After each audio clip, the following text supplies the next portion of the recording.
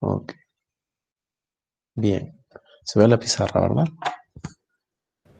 Sí, doctor, sí se ve. Ok. Bien, muchachos, ¿cómo están? Buenas noches. Vamos a empezar una unidad muy, muy bonita. Esta unidad, en esta unidad vamos a hablar de las células sanguíneas.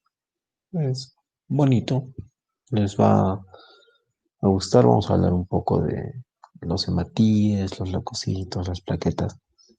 Esto les va a ayudar en su formación para más adelante. Van a llevar hematología, por ejemplo, o van a llevar infectología. La buena parte de vuestra vida como médicos van a hablar de infecciones o van a tratar infecciones o van a estar relacionados a infecciones y conocer cómo funciona la inmunidad es muy importante. Y también vamos a ver en la unidad del aparato respiratorio, que es también muy, muy bonito de entenderlo, de aprenderlo y es muy, muy útil. Entonces, son los dos componentes de la unidad. Entonces, vamos a hablar primero de las células sanguíneas. Ok, a ver, vamos a ver cómo es esto. Sí.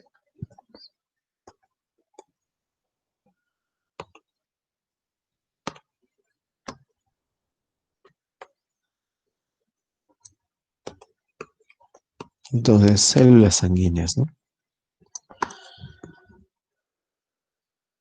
Existen tres estirpes celulares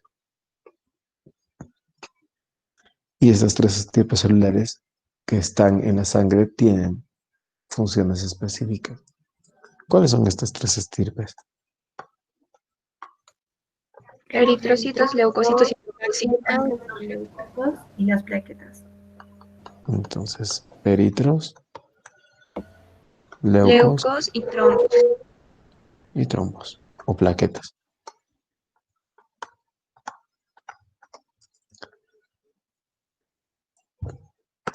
Los primeros tienen por función el transporte de fundamentalmente oxígeno. Los segundos tienen por función la inmunidad, que es la defensa contra patógenos. Y los últimos tienen por función la hemostasia o la coagulación, ¿no? Bien, el día de hoy vamos a hablar una parte que me parece interesante de esto. Vamos a hablar de cómo es que se forman estas células, de dónde proceden y luego vamos a empezar por los leucos, si les parece, que nos van a encaminar en algunas enfermedades que incluso afectan a los eritrocitos o algunas características fisiológicas de los eritrocitos que dependen de los leucos. Entonces, primero vamos a hacer algo que se llama hematopoiesis. Todas las células, todas estas células, estas tres estirpes celulares, proceden de un órgano, se produce en un órgano en el adulto. ¿Dónde se produce? En la médula ósea, doctor. Se produce en la médula ósea roja. ¿Ok? En este órgano existen unas células que se llaman células madre pluripotenciales o también se les llama células madre hematopoieticas pluripotenciales o simplemente células pluripotenciales o células madre hematopoieticas, es lo mismo. Entonces, estas células madre pluripotenciales se llaman así porque tienen el potencial de producir cualquiera de estas células de estas tres estirpes. Entonces, una célula madre puede diferenciarse dependiendo de qué factor de crecimiento o qué factor de diferenciación la estimule en un eritrocito o en una plaqueta o en algún subtipo de los leucocitos. Entonces, eso va a depender de qué tipo de estímulo recibo. Entonces, estas células están aquí en la médula ósea roja.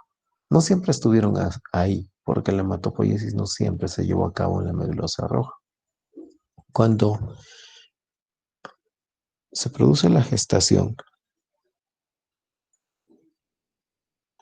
durante los 3 primeros meses, que son la etapa embrionaria, existe algo que se llama saco vitelino. Y en este saco vitalino es donde se produce inicialmente la hematopoiesis. Entonces, durante los 3 primeros meses, el primer trimestre del embarazo, que es la etapa embrionaria, la hematopoiesis se produce en el saco vitalino.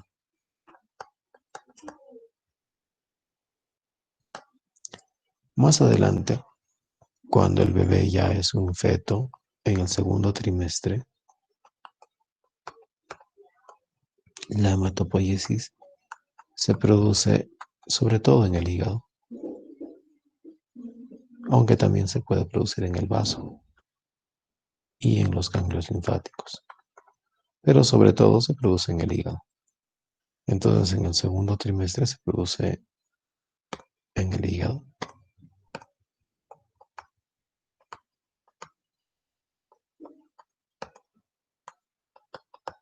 Ese es el primer trimestre. Y por último, en el tercer trimestre y en el resto de la vida, se va a producir en los huesos.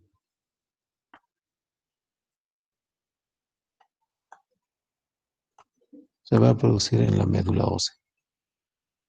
Solo que la médula ósea en el feto y en el recién nacido se encuentran muchos, muchos huesos y poco a poco se va reduciendo y va desapareciendo de los huesos. Al principio en los bebés muy pequeños o en los fetos, incluso se puede encontrar médula ósea roja en las diáfisis.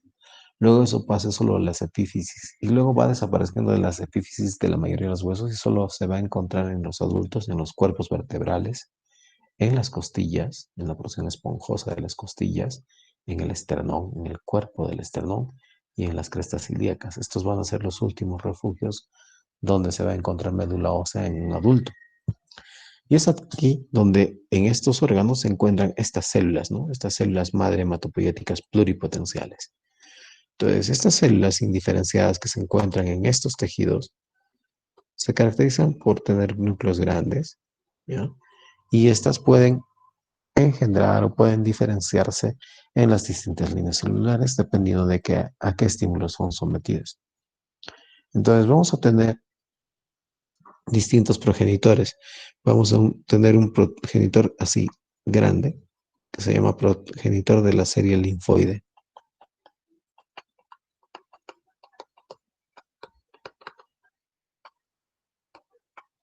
Y el progenitor de la serie linfoide lo que va a hacer es producir los linfocitos.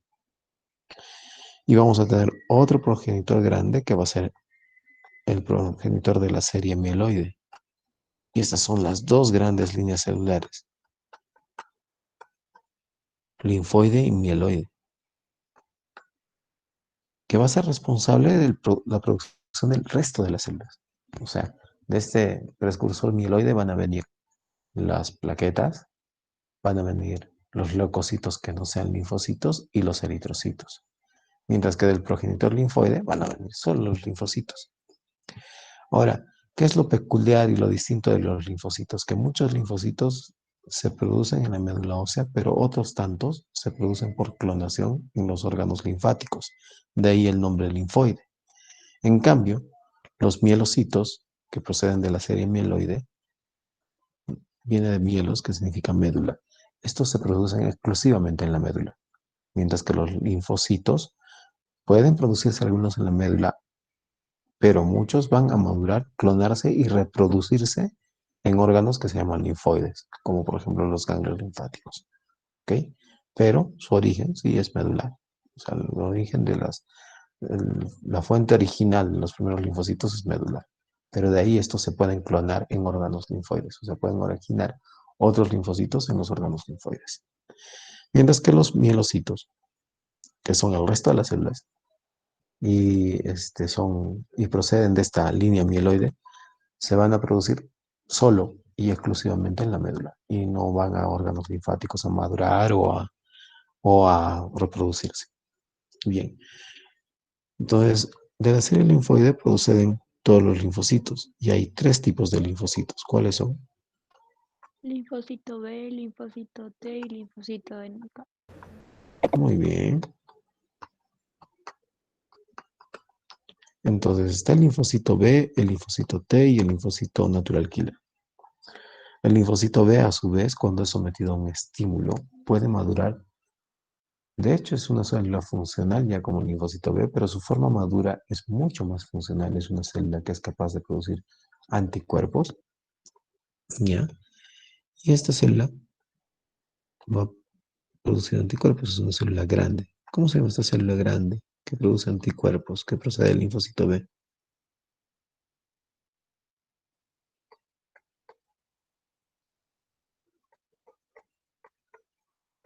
Se llama célula plasmática o plasmocito también, es lo mismo. Y esta célula es capaz de producir y secretar anticuerpos, ¿ok? El linfocito T también, cuando es estimulado, madura y produce otra célula más madura que es capaz de ejercer las funciones del linfocito T. A este linfocito T que ha madurado o que se ha transformado gracias al estímulo de un antígeno se le conoce como linfocito T activo o activado, LT activado. Y dependiendo del subtipo va a tener distintas acciones, ya que hay subtipos de linfocitos T, los vamos a ver más adelante. Hay un subtipo que se llama linfocito T ayudador o helper, LTH por sus siglas en inglés, el linfocito T helper, que este tiene en su superficie una proteína que se llama clúster de diferenciación 4, de ahí que se le conozca como linfocito T CD4 también. El linfocito T citotóxico, CTX, citotóxico, y a este se le conoce como CD8 también porque tiene en su superficie esta proteína, que se llama clúster de diferenciación. Y por último, el linfocito T supresor, LTS, el cual suprime las acciones de los dos primeros. ¿Okay? Vamos a verlos más adelante. Por último está este subtipo especial que es el linfocito natural killer o asesino natural, que es un tipo especial del que también vamos a hablar más adelante. Pero como vemos, todas estas células proceden de la serie linfoide. ¿Okay? Tienen un precursor linfoide. Por otro lado tenemos el precursor mieloide o promielocito. Y este se va a diferenciar en tres estirpes, bueno, en dos estirpes celulares en realidad. Va a existir un precursor, se llama así, precursor de eritrocitos y macrófagos.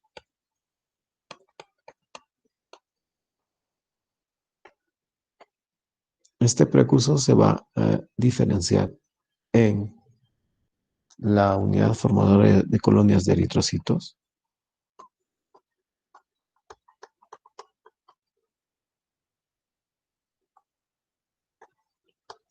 y la unidad formadora de colonias de macrófagos. Esta unidad formadora de colonias, tras varios pasos, lo que va a producir es los hematíes, los eritrocitos. Y esta unidad, tras varios pasos, lo que va a producir es una célula gigante que se llama macrófago, que luego se va a fracturar en células anucleadas pequeñas, planas, que son las plaquetas. Entonces, perdón, he dicho macrófagos, qué salvaje que soy. Megacariocitos. Es de eritrocitos y megacariocitos, disculpen. Entonces, esta es la unidad formadora de megacariocitos, que va a formar el megacariocito, ahora sí. Y esto va a formar las plaquetas. ¿Ok? La otra línea que va hacia acá, lo que va a formar es la unidad formadora de colonias de granulocitos. Así se llama. Y monocitos. Y va a producir dos tipos de células. Los monocitos,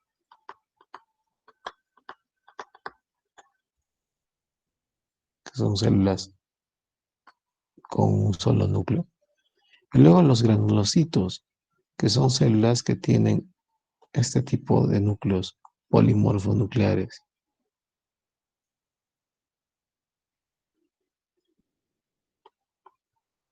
Los núcleos son polimórficos, pero también se les conoce como granulocitos. ¿Por qué? Porque hay tres tipos de estas, dependiendo de los gránulos que tengan.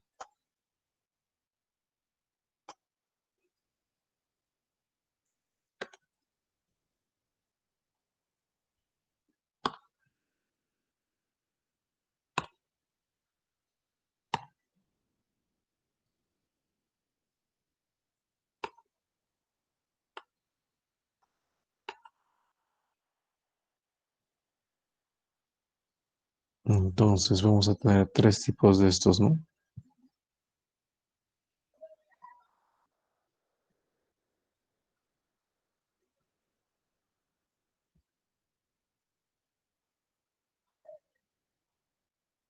Vamos a tener unos que van a tener gránulos de tipo básico, otros van a tener gránulos de tipo ácido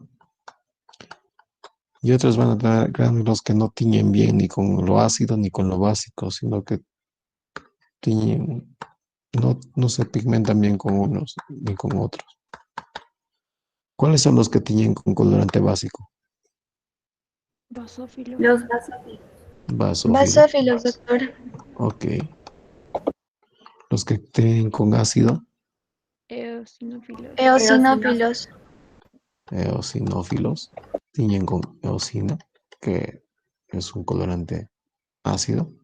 Y los que no tiñen ni bien con ácido ni con básico, Neutrófilos. Neutrófilos, doctor. neutrófilos. ¿Ok?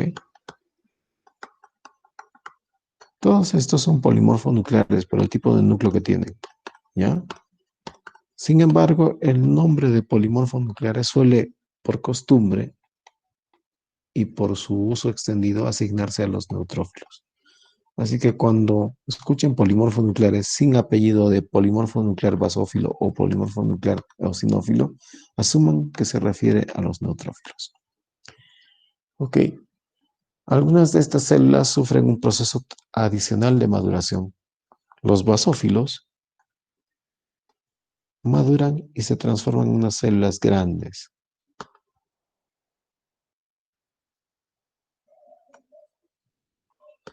Se les conoce como mast cells o células cebadas, ¿ya? Cebadas porque son como que estuvieran alimentadas, sobrealimentadas, ¿no? Grandes, engordadas, significa cebado.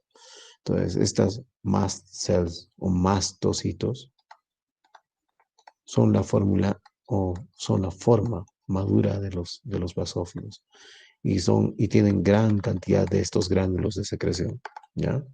Muchos más gránulos de secreción y tienen gran capacidad secretora. Una de las sustancias que secretan con gran actividad es la histamina, que es un potente vasodilatador. ¿Ok? Bien. Y los monocitos también maduran. Y cuando maduran se transforman en unas células especializadas que se llaman macrófagos, ¿no? Que tienen gran capacidad fagocítica. Entonces son células que fagocitan, macrófagos, que emiten pseudópodos y pueden fagocitar.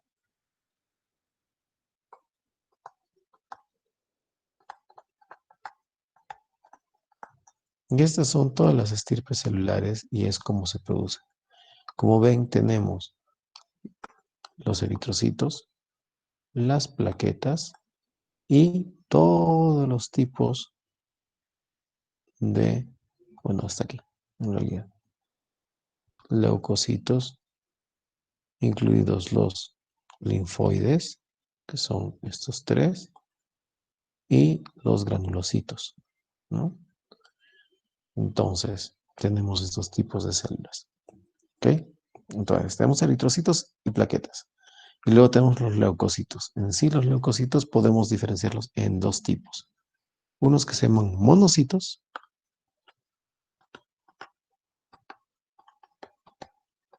y otros que se llaman granulocitos, alias también polimorfonucleares por la forma del núcleo. ¿Cuáles son los monocitos de los leucocitos? Cuéntenme.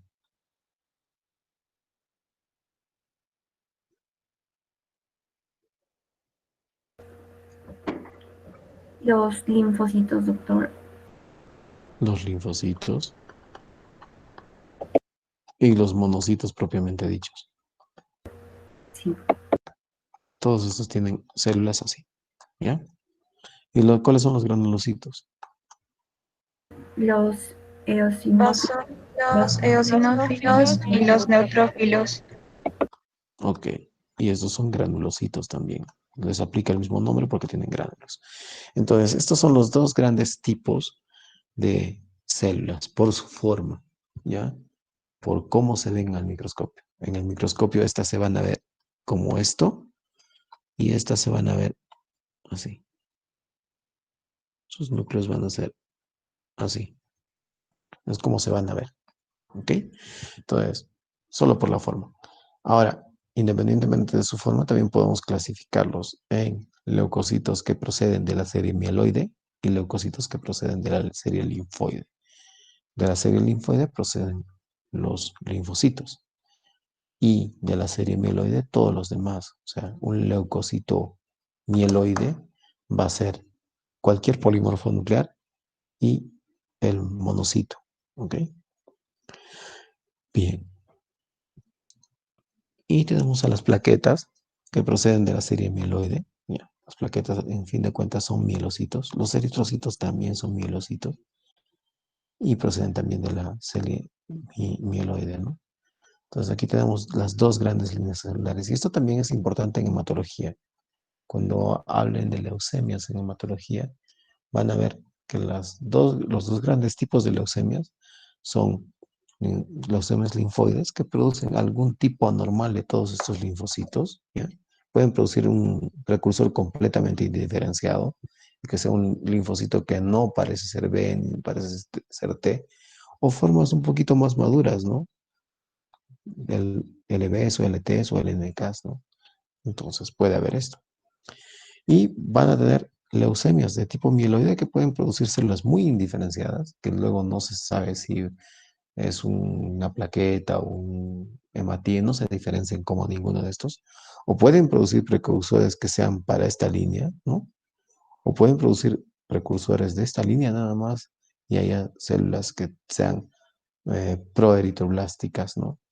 O que sean células que sean pro-megacariocíticas, o pueden producir de esta línea o de esta línea.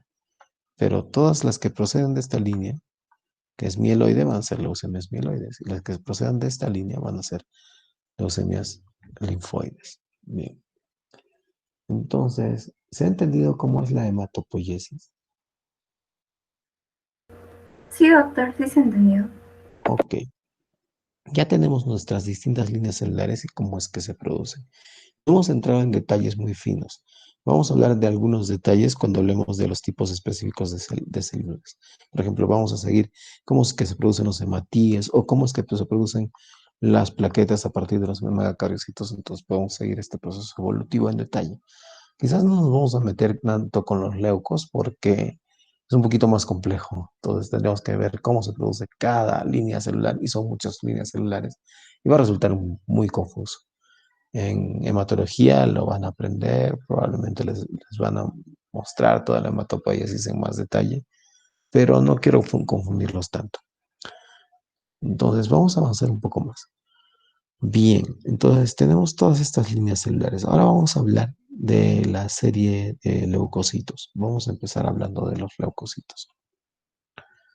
Bien, los leucocitos, como hemos dicho, se pueden producir, pueden ser de tipo linfoide y tipo mieloide.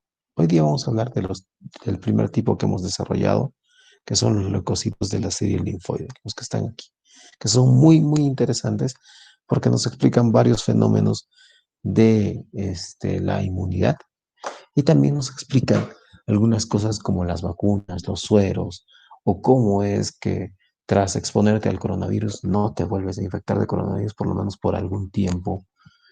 y por qué algunas vacunas requieren refuerzo y por qué no me vuelve a dar varicela nunca más en la vida y por qué funcionan los sueros antiofídicos o los sueros contra algunos venenos de insectos o animales, ¿no? Entonces, ¿cómo es que funciona esto? ¿Y cómo funcionan las alergias? Entonces, ¿y cómo funciona el rechazo de órganos y trasplantes? ¿Y cómo funcionan los rechazos de transfusiones? Todo esto se debe a la inmunidad que tiene que ver con los linfocitos. Entonces, vamos a hablar de estos que son muy, muy interesantes y que nos explican estos fenómenos, ¿ok? Entonces, para esto, de los que vamos a hablar en realidad, son de dos tipos de los linfocitos, no vamos a hablar de los tres tipos. Entonces, habíamos dicho que los linfocitos son de tres tipos. Son los linfocitos B, los linfocitos T y los linfocitos NK, ¿ok? Los linfocitos B y T son responsables de una inmunidad que se llama inmunidad adaptativa. Es la forma más evolucionada de inmunidad que tenemos. Los linfocitos NK, junto con el resto de células que son los granulocitos y los monocitos que se transforman en macrófagos, todos estos son responsables de una inmunidad que se llama innata. La gran diferencia entre estas dos inmunidades es que una inmunidad es más evolucionada y reconoce específicamente a un germen y lo memoriza, y la otra es menos evolucionada, reconoce que un germen es extraño, pero lo reconoce como extraño nada más, y lo reconoce como distinto por alguna característica que lo hace ser una bacteria, por ejemplo, o un virus, pero no reconoce específicamente esa bacteria y no la recuerda y no, su siguiente reacción no es más potente porque simplemente no hay memoria inmunológica. Ahorita van a entender a qué me refiero con eso. Entonces tienen esa gran diferencia. Ahora, esta es la forma más evolucionada de inmunidad y esta inmunidad innata es una forma más arcaica, más primitiva. La tienen incluso algunas criaturas no tan evolucionadas como el ser humano. Entonces, hay estos dos tipos. Ahora, estos dos tipos no es que cada uno actúe por separado, tienen interacciones entre ambos tipos de inmunidad. Entonces, ¿cómo es que funciona la inmunidad adaptativa? Para que exista la inmunidad adaptativa, un- una fracción de un germen, es aquí un germen, ¿no? Una bacteria. Entonces, esta bacteria es atacada por la inmunidad innata primero. Esta inmunidad innata, como hemos dicho, son los NK, los granulocitos, los macrófagos. Pónganse que un macrófago lo ataca y lo fagocita. ¿Ok? Una vez fagocitado, se une a esto un lisosoma y se forma un fagolisosoma. Ese lisosoma libera enzimas, ¿no? Que destruyen a esta bacteria y lo destruyen en sus componentes, que son proteínas, lípidos y demás. Entonces agarran un componente de esta bacteria, un componente que se llama componente antigénico, porque se comporta como un antígeno, o sea, una sustancia que es capaz de producir antígeno, ¿no? Antígeno. Genogénesis de anticuerpo, o sea, una sustancia que es capaz de inducir la producción de anticuerpos. Entonces, destruyen esto y se liberan sustancias, fracciones de esta bacteria. Y estas fracciones son llevadas hacia la parte exterior de esta célula. Y esta célula viene y se las presenta a estas células, se las muestra. Entonces se comporta como una célula presentadora de antígenos. Existe el término. Entonces se llaman células presentadoras de antígenos. Hay varios tipos. Las más famosas son las células que se llaman células dendríticas, pero también los macrófagos se pueden comportar así y presentar antígenos. Entonces, presentan el antígeno y se lo muestran al linfocito B y al linfocito T. El linfocito B, hay un linfocito B que es específico para ese antígeno y va a reaccionar a ese antígeno, pero específicamente a ese antígeno. No va a reaccionar a otra bacteria. Este linfocito B es específico para esta bacteria y para este antígeno de esta bacteria. Y hay un linfocito T que es específico para este antígeno de esta bacteria. Pero no, el resto de linfocitos B no reaccionan a esta bacteria. Entonces, tiene que haber un linfocito B. Es más o menos como la teoría de la llave y la cerradura que existe cuando hablamos de enzimas y sustratos, similar. Entonces, existe en el linfocito B una parte que es un receptor, que es como una cerradura, que es para la llave, que es el antígeno. He dicho muchas veces que es, Dios mío. Ok, bien. Entonces, vamos a ver cómo funciona esto entonces.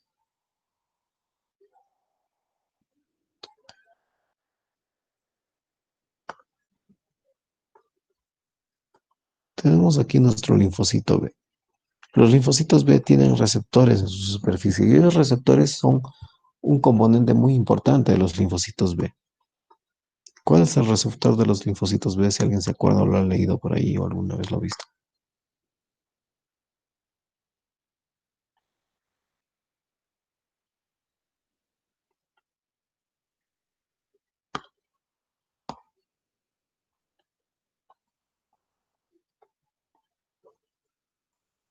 ¿No? El linfocito B tiene como receptor en su superficie anticuerpos. Esos anticuerpos tienen estas regiones que se llaman variables. Se llaman variables porque son distintas. Cada una de estas regiones que está aquí en el extremo, que es variable, que es cambiante, es específica y tiene una estructura específica para cierta forma. Y cuando reconoce esa forma complementaria que es su antígeno, activa al linfocito B. Manda una señal activadora al linfocito B y el linfocito B madura y se transforma en una célula plasmática, que es el mismo linfocito B más grande, pero con una gran capacidad de producir este mismo anticuerpo que tiene en su superficie, esta misma inmunoglobulina. Anticuerpo es igual que inmunoglobulina. ¿Ya? Entonces, anticuerpos e inmunoglobulinas es lo mismo. Entonces, este linfocito B empieza a producir estas inmunoglobulinas, las produce y luego las secreta, las libera, las deja sueltas. De manera que estas inmunoglobulinas luego pueden neutralizar a las bacterias. Agarran, ahí está la bacteria que originó todo este desastre, este caos. ¿O no? Y esta bacteria tiene en su superficie esta proteína que le fue presentada antes. Entonces, ¿qué van a hacer estas inmunoglobulinas que se están produciendo en el linfocito B? Se van a pegar aquí, ¿no? Y de esta manera pueden neutralizar. No solo sirve de eso, sino también pueden opsonizar. ¿Qué quiere decir opsonizar? Que pueden atraer algunas células inflamatorias que se aprovechan de aquí para unirse. Por ejemplo, macrófagos, para que puedan fagocitar más fácilmente esta célula. O pueden formar conglomerados, pueden aglutinar, pueden hacer que otra bacteria por acá, está por aquí, entonces se une una inmunoglobulina aquí, otra se une por aquí y une a otra bacteria por acá. Entonces las une, las aglutina y así aglutinadas no pueden circular fácilmente por la sangre y son más detectables por el sistema inmunológico y son más fáciles de atacar, son un blanco más fácil. Entonces, es así como funcionan las inmunoglobulinas. Estas inmunoglobulinas son secretadas por las células plasmáticas que proceden de los linfocitos B. Pero para eso tiene que haber un linfocito B específico que haya reconocido primero a este antígeno, que le ha sido presentado por una célula presentadora de antígeno. Y es así como se activa. Bien. Por otro lado tenemos a los linfocitos T.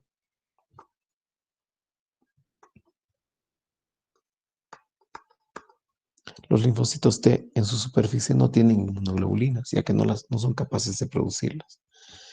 En su superficie tienen, sin embargo, otra sustancia que es el receptor de células T. Por sus siglas se le conoce como RCT, receptor de células T. Este receptor también es activado por un antígeno. Ese antígeno se une al receptor de células T y se activa el receptor de células T. Y esa activación hace que el linfocito T se active y se produce un linfocito T activado, no una célula plasmática, ese es el linfocito B. Entonces es un LT activado. Ahora este LT activado va a actuar de distinta manera, dependiendo de qué tipo de LT sea. Entonces hay tres tipos de LTs. Ya los dijimos, ¿cuáles son?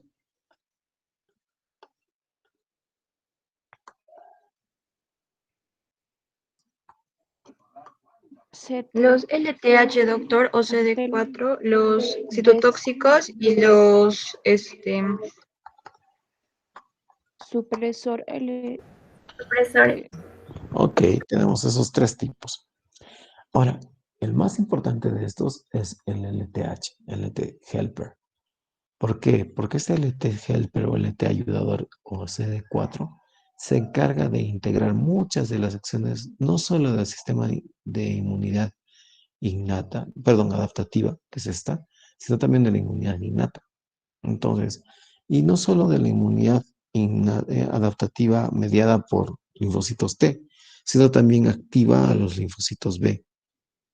Entonces, ¿qué hace el LTH? Produce unas sustancias, libera unas sustancias que se llaman linfoquinas del linfo, que es linfocito, y quinas, que son sustancias que mueven, motivan o activan. Linfoquinas o linfocinas. También se les conoce como citocinas, citocélulas, o sea, son producidas por células y activan otras células. Citoquinas, linfoquinas. De estas, las más importantes son unas que se llaman interleuquinas. De inter, que es entre, y leuquinas, que es leuco. Entonces son entre leucocitos, ¿no? Entonces activan leucocitos a unos a otros. Y de estas, la más importante es la interleuquina 2, la IL-2. Esta IL-2 tiene muchas acciones. Tiene una acción, por ejemplo, que es de retroalimentación. Más linfocitos T, se produce más IL-2. Y más IL-2 activa más a los linfocitos T ayudadores. Entonces, produce una suerte de retroalimentación positiva para que se potencie la acción inflamatoria. No solo eso, sino que el IL-2 actúa estimulando a los linfocitos B para que estos pasen a ser más fácilmente células plasmáticas y puedan atacar más y mejor a las bacterias. También activan a los linfocitos citotóxicos. Entonces, como ven, y también activan a macrófagos, ¿no? Pueden activar a macrófagos para que hagan más fagocitosis. Entonces, los activan para que se facilite la fagocitosis. Entonces, como ven, los linfocitos T ayudadores, los LT helper, tienen múltiples acciones o en todo caso interactúan sobre muchos niveles de la inmunidad, tanto innata como adaptativa. Y por ende, si es que no hubiera una cantidad adecuada de linfocitos T ayudadores, se produciría una falla de la inmunidad. ¿Se les ocurre o saben de alguna enfermedad que afecte a los linfocitos T ayudadores? A los CD4. Doctor, ¿podría ser una enfermedad autoinmune como el lupus? No, El SIDA. SIDA sí. La infección por VIH se caracteriza por invadir a estas células. El blanco, el objetivo del VIH son estas células. Tiene el VIH se une al receptor CD4, ¿ya? Se une al CD4, ahí al clúster de diferenciación, y por ahí penetra dentro de estas células, las infecta, las daña y las mata. Entonces, siendo que las va destruyendo, va eliminando estas células, entonces tenemos cada vez menos de estas células. Cuando bajan por debajo de un número crítico, eh, ya no tenemos suficientes LT ayudadores como para que produzcan todas estas acciones y que el sistema inmunitario funcione saludablemente. Entonces se desarrolla la enfermedad que es el síndrome de inmunodeficiencia adquirida, el SIDA. Entonces, el SIDA se caracteriza por atacar estas células, los LT ayudadores, y por eso produce sus graves efectos sobre la inmunidad, porque estas células, como hemos visto, interactúan con muchas otras células de la inmunidad y las activan y las potencian. Entonces, de ahí su importancia y de ahí la importancia de cómo se ven afectadas en procesos patológicos como por ejemplo el VIH. Luego tenemos los LT citotóxicos, que son células que destruyen a otras células. Entonces, son tóxicos para las células. Eso significa citotóxicos. Entonces, son tóxicos para células. Entonces, pueden destruir directamente células bacterianas. Por ahí se encuentran una bacteria, entonces la van a destruir. ¿Cómo es que la destruyen? No son fagocitos, así que no son como los macrófagos que las engloban, las engullen y luego las digieren, sino que tienen unos gránulos de secreción que tienen sustancias que son citotóxicas, que son sustancias tóxicas. Liberan estos gránulos y estos gránulos terminan destruyendo la pared de estas células, se destruye la pared y se libera el material citoplasmático y la célula muere, ¿no? Entonces, es así como se produce. Pero no solo destruyen células bacterianas, células extrañas, sino más importantemente o más frecuentemente, lo que hacen es destruir nuestras propias células. Lo que pasa es lo siguiente. Tenemos, y esto es muy importante, ahorita vamos a comentar una cosa muy importante al respecto, una denominación de este tipo de inmunidad. Supongamos que tenemos una célula hepática, un hepatocito, ¿ok? Y supongamos que nuestro hepatocito está infectado por un virus. ¿Qué virus se les ocurre que puede atacar al hepatocito?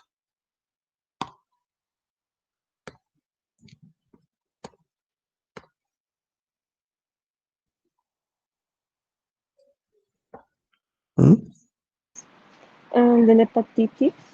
Por supuesto que sí.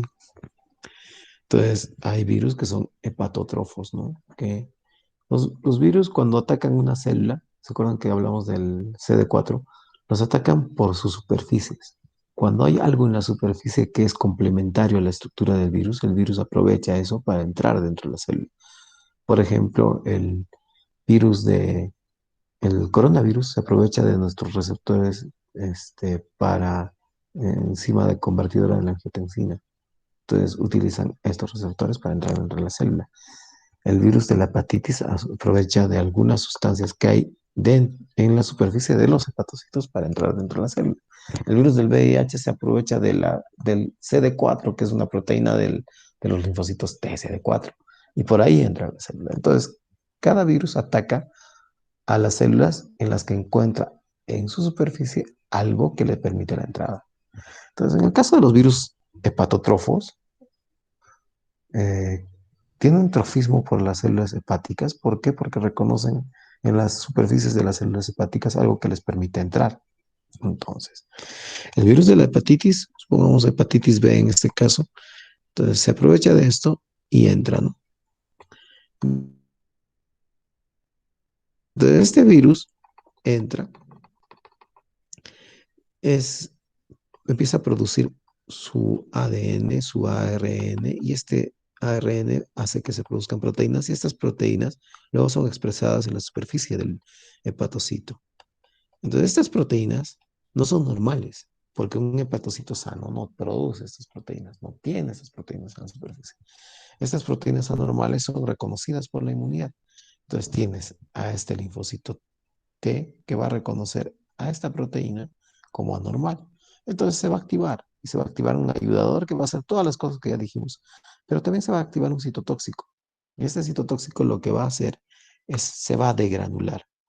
Quiere decir que va a llegar acá, va a reconocer esto como extraño mediante su receptor y ya reconocido como extraño va a liberar gránulos y va a liberar estos gránulos citotóxicos. Y estos gránulos citotóxicos lo que van a hacer es atacar a este hepatocito, destruir este hepatocito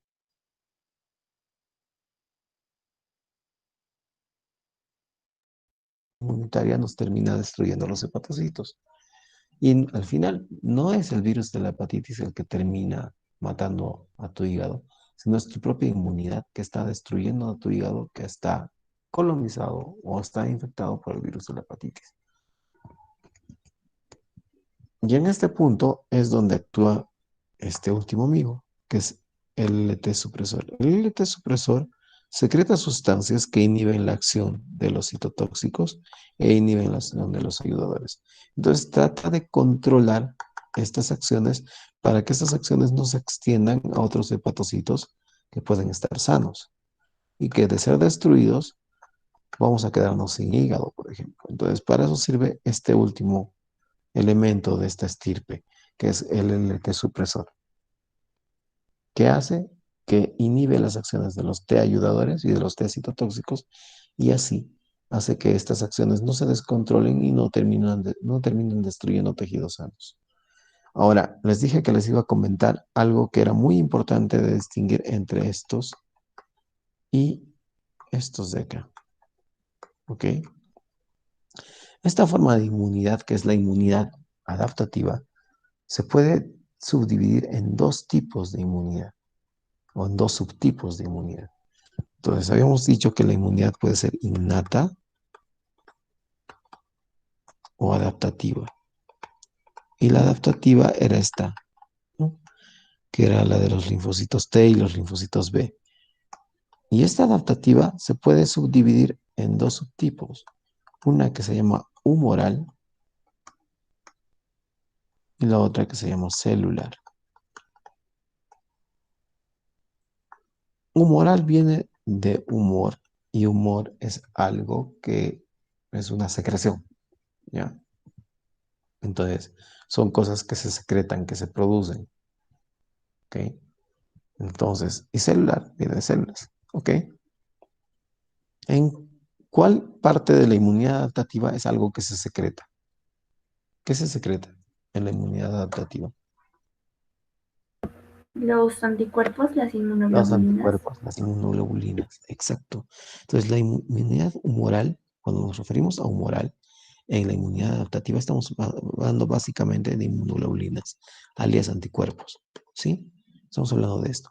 Y cuando estamos hablando de inmunidad celular, ¿de quién creen que estamos hablando? Macrófagos. No, porque esos son de la inmunidad innata, los macrófagos.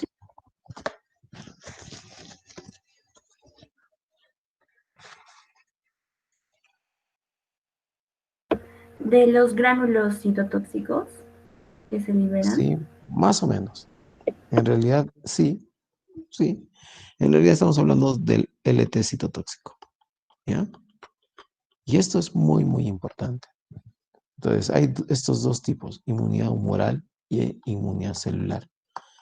A ver, ya que estamos ahí en contexto, ¿cuál creen que actúa en un rechazo de trasplante? Cuando se rechaza un trasplante, ¿la inmunidad celular o la inmunidad humoral? La humoral, doctor. Un trasplante es un tejido sólido que está compuesto por células, ¿cierto? Y esas Sí. células se ponen en el cuerpo, son células. Entonces, y son células que son atacadas por la inmunidad y son destruidas células. ¿Cuál creen? La celular. Claro, sí, la celular. ¿Ya? En cambio, cuando se rechaza una transfusión, la inmunidad que actúa es la inmunidad humoral. La sangre es un tejido que tiene partes sólidas y partes líquidas, pero al final la estás poniendo en la sangre. Entonces, la sangre es hemolizada cuando hay rechazo a una transfusión. es hemolizada por anticuerpos, ¿ya? Y es hemolizada por inmunidad de tipo humoral. Pero los tejidos sólidos, cuando se trasplantan, ya cuando se trasplanta un hígado, cuando se trasplanta un riñón, cuando se trasplanta un corazón o un pulmón, son atacados por la inmunidad celular, o sea, es mediado por linfocitos T, mientras que la inmunidad que destruye las transfusiones de sangre, de plaquetas o cualquier transfusión, es atacado por la inmunidad humoral, o sea, es mediada por linfocitos B. B. B. Ok, entonces, humoral es B, celular es T. Y si somos más específicos, T citotóxico. ¿Ok? ¿Hasta aquí estamos bien? Sí, Sí, doctor. doctor. Ok, bien. Ahora vamos a ver algunos detalles más de este proceso de la inmunidad. ¿Cómo es que se produce la memoria inmunológica? ¿Cómo es? ¿Qué es esta característica que es muy, muy importante de este tipo de inmunidad y que hace que esta inmunidad cada vez sea más potente, cada vez que nos exponemos a un bicho sea más potente y que en algunas ocasiones hace que no nos infectemos por una segunda vez en algunos tipos de infecciones o que hace que las vacunas sean efectivas? Bien, ¿cómo es que se desarrolla este tipo de inmunidad? Para eso tenemos que entender cómo es que se producen estas células y cómo es que maduran estas células. Bien, estas células originalmente habíamos dicho que el origen está en la médula ósea, en la primera célula. Entonces tenemos unos linfocitos que se producen en la médula ósea. En la médula ósea roja se produce un linfocito. Y este linfocito va a ir multiplicándose varias veces. Va a producir más linfocito, más linfocito, más linfocito, ¿no? Entonces es un precursor linfoide que se multiplica muchas veces. Ahora, algunos de estos precursores linfoides están destinados, están comprometidos, eso se llama también compromiso, son términos clínicos. Entonces son líneas comprometidas para producir linfocitos B, otros para producir linfocitos T. Los que están comprometidos para linfocitos B van a ir a madurar a un sitio y los que están comprometidos para hacer linfocitos T van a ir a otro sitio. Los que son comprometidos para transformarse en linfocitos B se quedan ahí, en la médula ósea, ¿ya? Y los que son comprometidos para linfocitos T van a salir de la médula ósea y van a viajar a un órgano que está en el mediastino. ¿Cuál es? El timo, doctor. El timo. Y de ahí el nombre, ¿no? En el mediastino está el timo, ahí, y ahí se van a dirigir. Se dirigen al timo. Los linfocitos B se llaman linfocitos B gracias al órgano donde fueron descubiertos primero, donde se creía que maduraban, un órgano que se llama bursa de Fabricio. Esta bursa no existe en los mamíferos, existe solo en las aves. Y luego se descubrió que en los mamíferos no va a la bursa de Fabricio, sino se queda en la médula.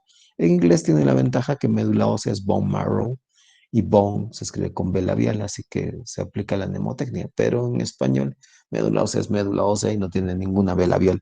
Así que tienen que saber que los linfocitos B maduran en la propia médula ósea y los linfocitos T van a madurar y a desarrollarse al timo.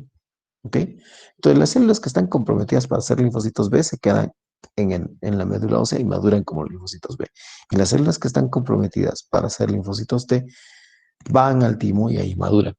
Ahora, existe algo que se llama proceso de maduración y capacitación de los linfocitos B como los linfocitos T. Vamos a explicar lo de los T y es lo mismo para los B en realidad, solo que ocurre en la médula ósea. ¿Qué es lo que sucede? Aquí en el timo, lo que vamos a tener es que van a llegar estos precursores de linfocitos T y van a aparecer ahí y van a estar aquí en el timo. ¿Ok? Llegan ahí. Y ahí sufren un proceso que se llama capacitación. Capacitación. Que más que capacitación es como un examen de físico. O lo apruebas o lo repruebas. El propósito es ver cuáles los elementos son dignos de prosperar y proseguir y seguir adelante y cuáles deben ser rechazados y quedarse ahí nada más y no prosperar. Ah, mentira, no es eso, ¿no? Pero bueno, la capacitación de los linfocitos sí es así de rígida y dura y de cruel. No es físico, es un poquito más suave. Entonces, ¿qué es lo que hace? En este proceso de capacitación, no es que de pronto se les da una segunda oportunidad a los linfocitos, no hay examen de recuperación, no hay nada por decirlo. Simplemente lo único que se hace es, se agarran los linfocitos que están rodeados por un montón de macrófagos, van a tener aquí un montón de macrófagos, ahí listos, felices y contentos, esperando a ver qué pasa con estos linfos. Entonces tú vas a tener aquí los linfos. Vamos a hacerlo más pequeño. Vamos a tener aquí y vas a tener estos linfocitos T que están capacitándose, por decirlo de alguna manera. De hecho, el término sí es capacitación y tolerancia también se llama. Entonces, están ahí esos linfocitos T. ¿Y qué pasa? Por la sangre que irriga el timo, van a llegar unas células que son células presentadoras de antígenos. Ya les dije el nombre de las células más comunes, que son las células dendríticas. Se llaman dendríticas porque son así, tienen como dendritas, así que son células que tienen pseudópodos, ¿no? Entonces llegan estas células dendríticas. Este proceso ocurre en la primera infancia, ocurre en la última fase de la etapa fetal y en la primera infancia, cuando recién ha nacido un bebé y en los últimos meses del embarazo. Entonces llegan estas células dendríticas y estas células dendríticas lo que han hecho es tomar fracciones de antígenos de nuestro propio cuerpo. Han empezado a tomar fracciones de vuestro cerebro, fracciones de vuestro corazón, fracciones del endotelio vascular, fracciones de las células tubulares renales, de las células glomerulares renales, de las células mesangiales del riñón, de la piel. Han empezado a tomar fracciones de eso y han agarrado antígenos, o sea, proteínas que tenemos en la superficie de nuestra piel, antígenos que tenemos en la superficie de nuestro corazón, ¿no? Antígenos procedentes de nuestros riñones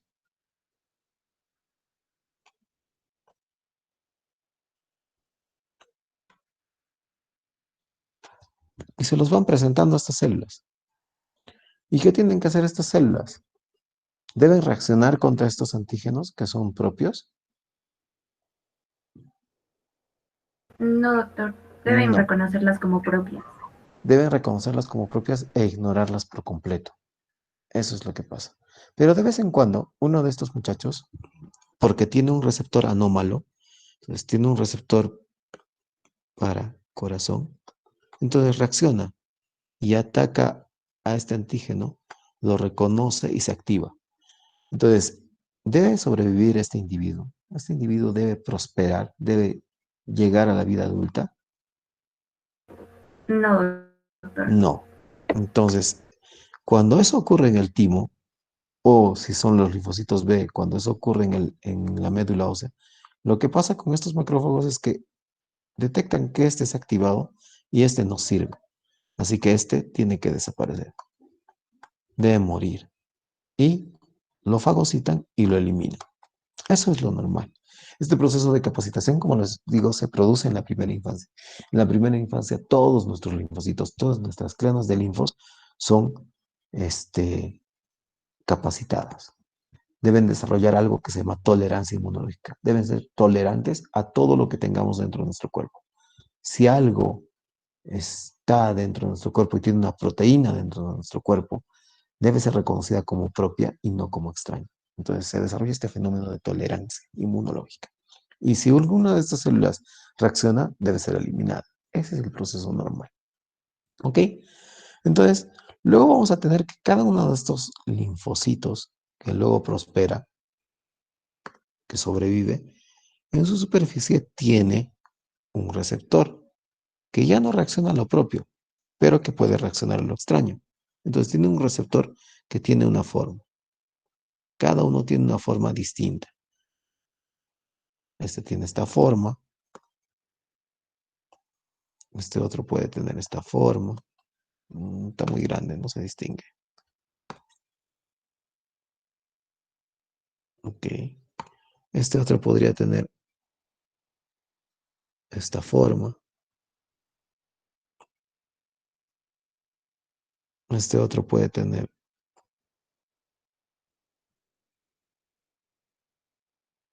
esta forma, múltiples formas, ¿ok? Se están preparando para el futuro. Nada más, están ahí, existen, solo son. Y se van a donde van a ser útiles. Entonces ya han madurado en el timo y en la médula ósea y viajan por la sangre, salen por la sangre. Por un proceso que se llama diapédesis, salen de estos órganos y llegan al torrente sanguíneo.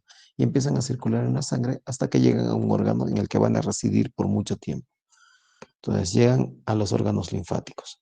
Los órganos linfáticos son varios, el vaso, por ejemplo, los ganglios linfáticos, los tejidos linfáticos asociados a mucosas, conocidos como MALT, M-A-L-T. Entonces, hay múltiples órganos linfáticos y van a esos órganos linfáticos. Las placas de Peyer, por ejemplo, son órganos linfáticos. Entonces, van a esos órganos linfáticos y se quedan ahí. Y ahí viven. Entonces, esto está lleno de linfocitos de distintos tipos. Entre todos esos. Cada uno con sus receptores. Entonces, sucede un buen día que te da varicela. Entonces, ¿qué pasa cuando te da varicela? La varicela pues, entra, es reconocida por algunas células que son inflamatorias, entonces el virus de la varicela es reconocido, es fagocitado, es destruido, es procesado, y luego estas células se comportan como presentadoras de antígeno. Y estas células viajan por el torrente sanguíneo, llegan a los ganglios linfáticos y aquí le presentan el antígeno. Ahora, le presentan el antígeno a varias células y buscan en cada una de las células alguien que las reconozca. Hasta que llegan con esta célula que tiene el receptor que es para este antígeno. Debí dibujarlo redondito, ¿no? Ok. Y la activan. Entonces, esta célula que ya es activada, que es un linfocito, que puede ser B o T, se activa. Supongamos que es un linfocito B, ¿ya? Se empezó con linfocito T, pero supongamos que es un B, que es más bonito explicar los B. Con los T pasa lo mismo, ¿ya? Pero vamos a ver, supongamos que es un linfocito B. ¿Qué pasa cuando un linfocito B es activado? Produce inmunoglobulinas. Pero se transforma antes en Se transforma en un Célula plasmacito. ya. Se transforma en célula plasmática y eso ya les había dicho, pero no solo pasa eso, ¿ok? Entonces, pasa lo siguiente.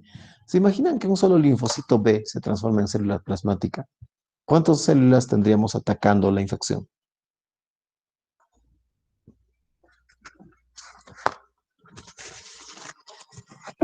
Solo uno. Solo una. Recuerden que aquí estamos hablando de que en toda esta masa de células que está aquí, solo un linfocito B o muy pocos linfocitos B tienen esta estructura que es para el virus de la varicela. Los otros no lo van a reconocer. Entonces, si se activa uno o muy pocos linfocitos B y solo esos pocos linfocitos B, cada uno se transforma en una única célula plasmática, lo que vamos a tener es una reacción muy débil. Entonces se producen los siguientes caminos. Uno, este linfocito B sufre un proceso que se llama clonación. Se clona. O sea, en este órgano linfático se repite a sí mismo, se reproduce a sí mismo y produce muchos linfocitos B que van a tener esta estructura igualita. Son sus clones, genéticamente idénticos, y como son genéticamente idénticos, tienen el mismo receptor en su superficie. Así que son capaces de reconocer el mismo antígeno. Entonces esta acción se amplifica, se multiplica. ¿Por qué? Porque se ha producido múltiples linfocitos B con la misma estructura. ¿Ok? ¿Ya? Una vez que ya se han multiplicado, muchos de estos, mal color, muchos de estos van a pasar a ser células plasmáticas. Es decir, van a transformarse, van a crecer y van a producir, como bien ha dicho la doctora, anticuerpos. ¿Sí?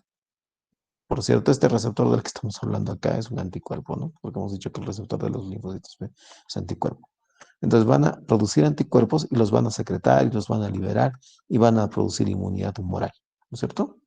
Lo que va a pasar. Pero algunos, como este, no se va a transformar en células plasmáticas, sino que se va a quedar aquí. Ahí, tranquilito. no participa de la acción. Entonces, vamos a tener cierta cantidad de linfocitos B que no se van a activar, se van a quedar aquí y no van a participar de la acción, no se van a formar células plasmáticas, no van a atacar. Entonces se quedan ahí. ¿Qué va a pasar la siguiente vez que venga el virus de la varicela?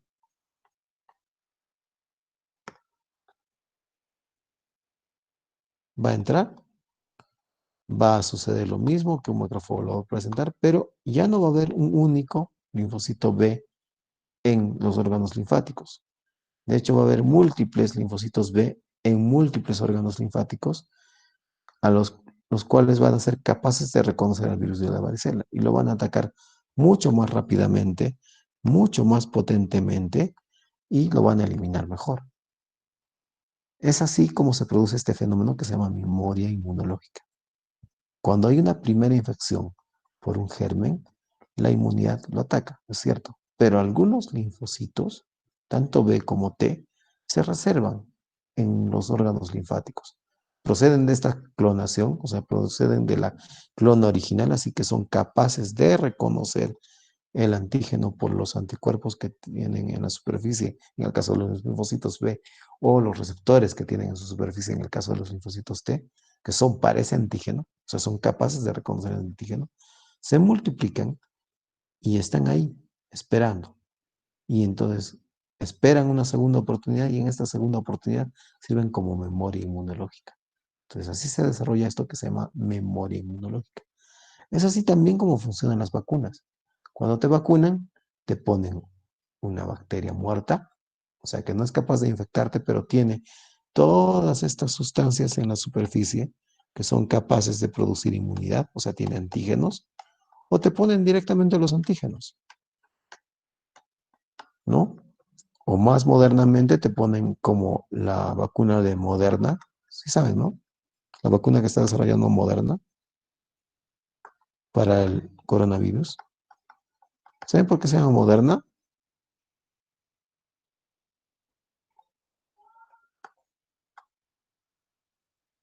Por esto. Te ponen RNA, el RNA entra dentro de tus células, mediante una transcriptasa reversa hace que se active el ADN y luego se produzca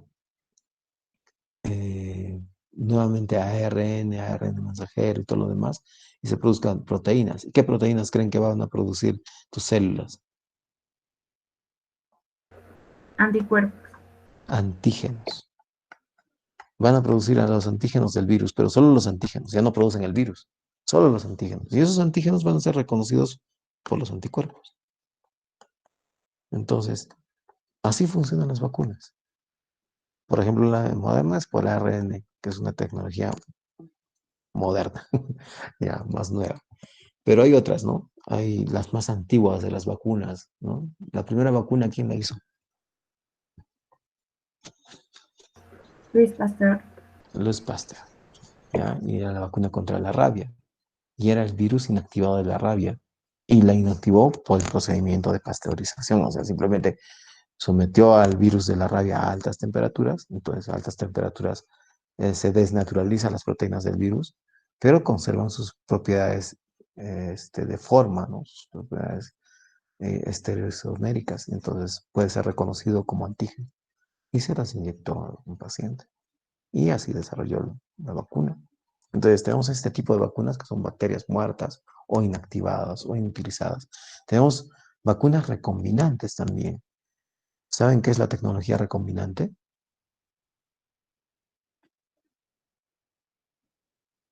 ¿Alguien?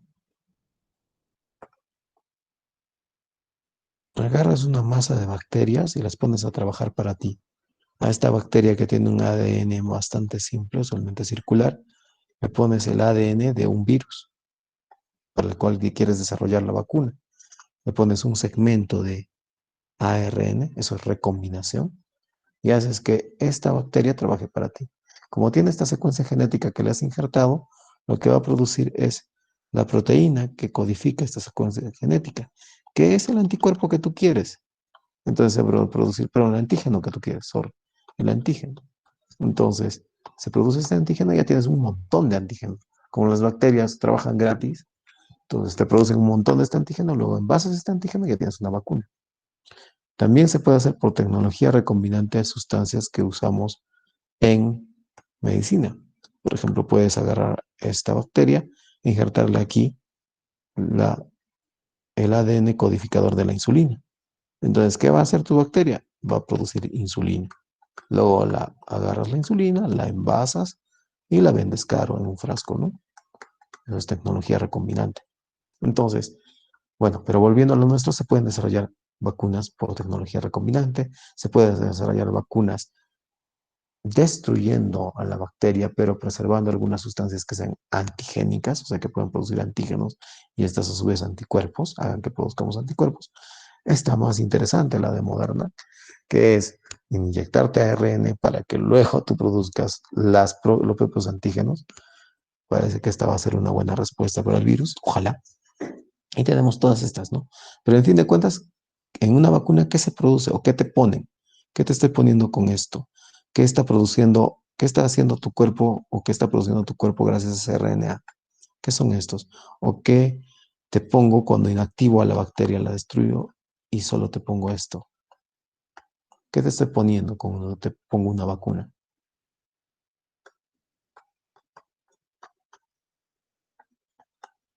Los antígenos. Antígenos, ¿ya?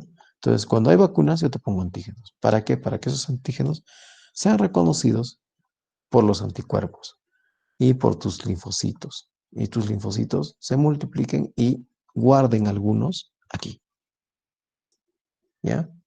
Entonces, algunos van a producir estas células plasmáticas, van a producir anticuerpos y van a destruir a los antígenos que han entrado. Pero otros tantos se van a quedar en tus células para defenderte. Y ya está. Y así funcionan las vacunas.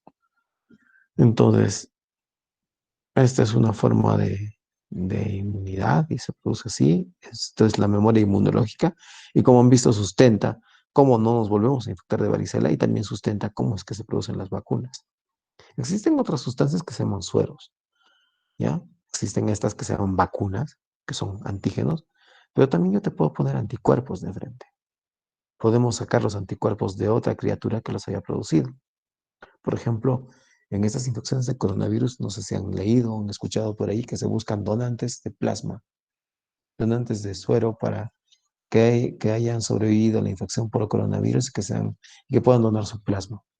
¿Sí han escuchado al respecto? Buscar donantes de plasma para pacientes con coronavirus. Sí, doctor, estaban Ok. buscando. Entonces, ¿por qué se usa esto? ¿Por qué se hace esto? Se supone que un sujeto que ha sido infectado por coronavirus y que ha sobrevivido a la infección ha desarrollado este proceso inmune, ¿no es cierto?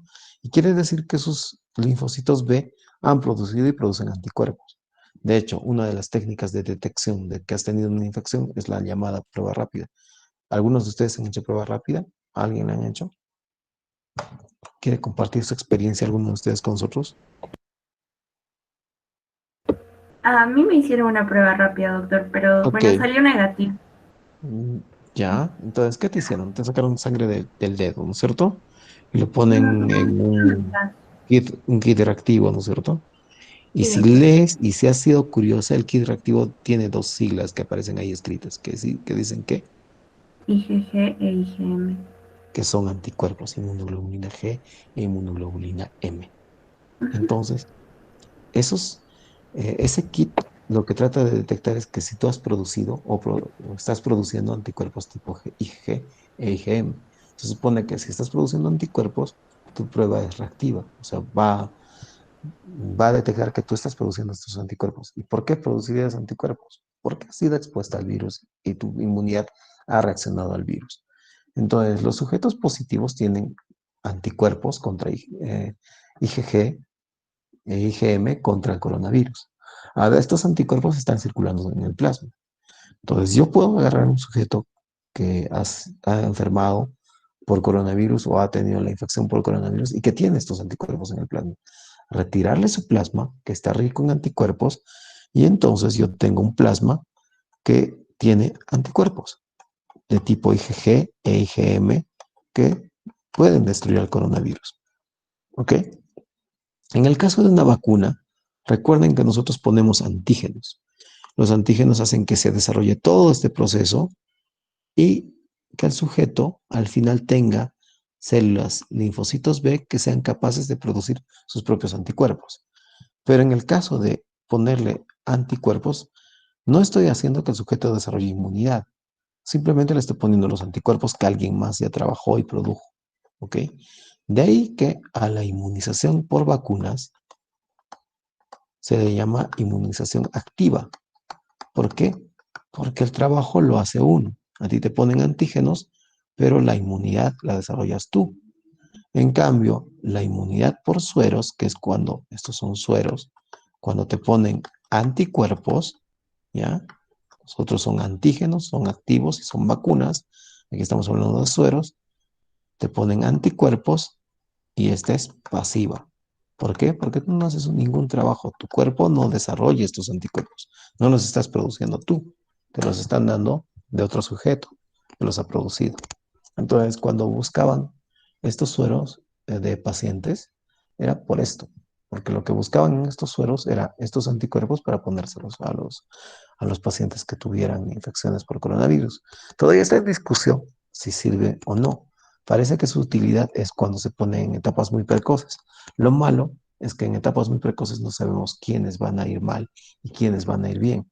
Y es una terapia que es relativamente costosa como para seleccionar pacientes. Y ya ponérselo muy tarde a un paciente que ha tenido o que está teniendo una infección por coronavirus bastante severa, parece que su efectividad ya no es tal, porque ya el virus como tal ya no está haciendo daño, sino lo que nos está haciendo daño es nuestra propia inmunidad. ¿Se acuerdan como cuando hablábamos en el virus de la hepatitis, que al final nuestra inmunidad es la que destruye el hígado? Igual, en el caso del coronavirus, en etapas más avanzadas es nuestra inmunidad la que termina destruyendo nuestras propias células respiratorias. Entonces, ya no hay virus, sino hay fracciones del virus. El virus ya a veces está muerto y lo único que queda es fracciones del virus. Bueno, está muerto es una mala palabra, los virus no están vivos, ¿no? El virus está destruido o ya no está como íntegro. Entonces, lo que hay es proteínas del virus nada más que están en las paredes de nuestras células y que son atacadas por nuestra inmunidad. Entonces, darle un antiviral o darle inmunoglobulinas para que destruyan o desnaturalicen el virus ya no sirve. Entonces, ¿qué es lo que serviría? ¿Qué haría en un paciente en el caso de que tenga una enfermedad por coronavirus y nuestra inmunidad nos esté matando?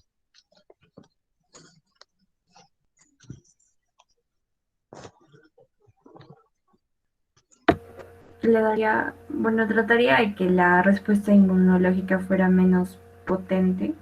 Ya, entonces le das un inmunosupresor, ¿no es Sí. cierto? Los corticoides han demostrado, bueno, se han usado por muchas décadas para disminuir la actividad de la inmunidad. Se utilizan, por ejemplo, para prevenir los rechazos de trasplantes. Y habíamos dicho que la inmunidad, nuestra propia inmunidad, puede rechazar y destruir un trasplante cuando hablamos de esto, de la inmunidad celular. Entonces, por ejemplo, se usan corticoides para aplacar nuestra inmunidad, para disminuir nuestra inmunidad y para que no rechace trasplantes, por ejemplo. Entonces, si sabemos eso, podemos usar corticoides en el caso de las infecciones graves por coronavirus que están destruyendo nuestras propias células. Y de hecho se hace. Probablemente una de las drogas más prometedoras que por lo menos es la única que ha demostrado disminuir en algo el coronavirus. Se han utilizado antivirales, se han utilizado el plasma de pacientes, se ha utilizado antiparasitarios como la ivermectina, se han utilizado antibióticos como la citromicina, se han utilizado cloroquina, hidroxicloroquina y todas han demostrado o que no hacen nada o que empeoran la cosa y que pueden terminar matándote de una complicación del uso. Lo que sí ha demostrado alguna efectividad, pero en este estadio, cuando nuestras células están siendo destruidas, que es un estadio avanzado, es aplacar esta reacción con corticoides. Aplacarla en este momento cuando el virus ya está destruido. Ojo, cuando está destruido. Porque si lo empezamos a usar como profiláctico, a ver, tómate algo que va a disminuir tus defensas cuando cuando el virus se está propagando. El virus se va a propagar mucho más, ¿no es cierto? Entonces no es recomendable usar corticoides cuando recién está empezando la infección. ¿Por qué? Porque va a disminuir tus defensas cuando el virus se está propagando. Y lo que vas a tener es que vas a tener una expansión del virus y te va a terminar matando.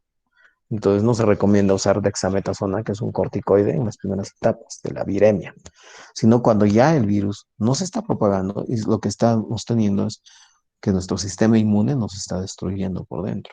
Entonces ahí aplacarlo puede ayudar. Y es probablemente una de las pocas drogas que se ha demostrado algo de efectividad, el uso de dexametasona, que es buena, bonita y barata, ¿no? Y que sí hay. Mientras que aquí se han desarrollado guerras por la hidroxicloroquina, por la ivermectina y por un montón de drogas que tristemente no han servido.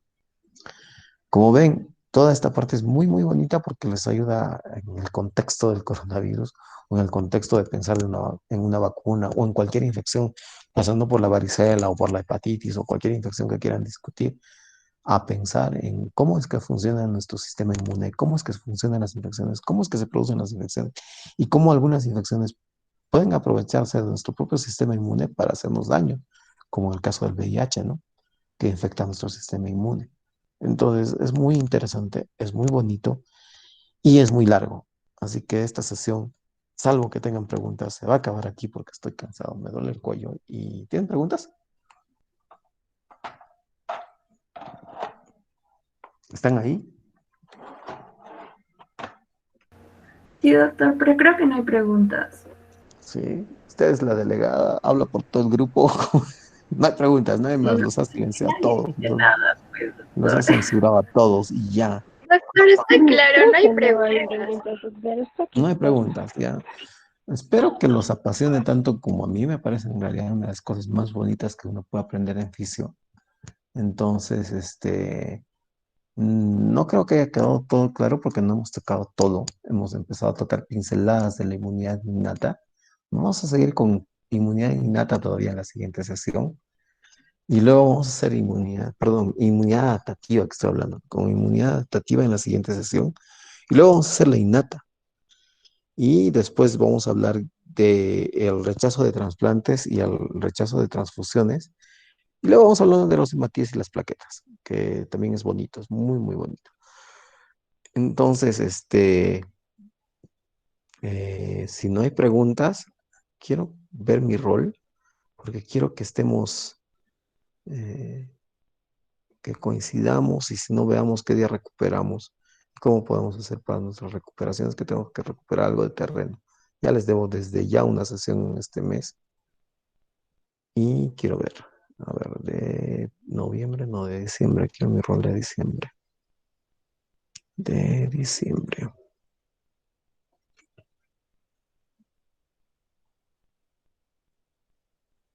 A ver, es mi rol.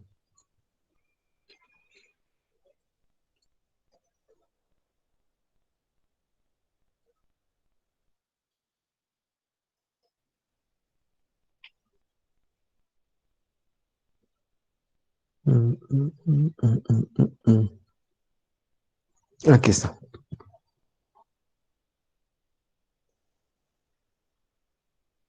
A ver, el día primero es martes, tengo guardia, pero el día 30, que es lunes, tengo guardia diurna, pero no hay problema porque con ustedes hago a las 9, ¿ya? Entonces, 9 de la noche el día lunes, normal nuestra sesión, ¿ya? No hay problema. Nuestra sesión regular tal cual el día lunes.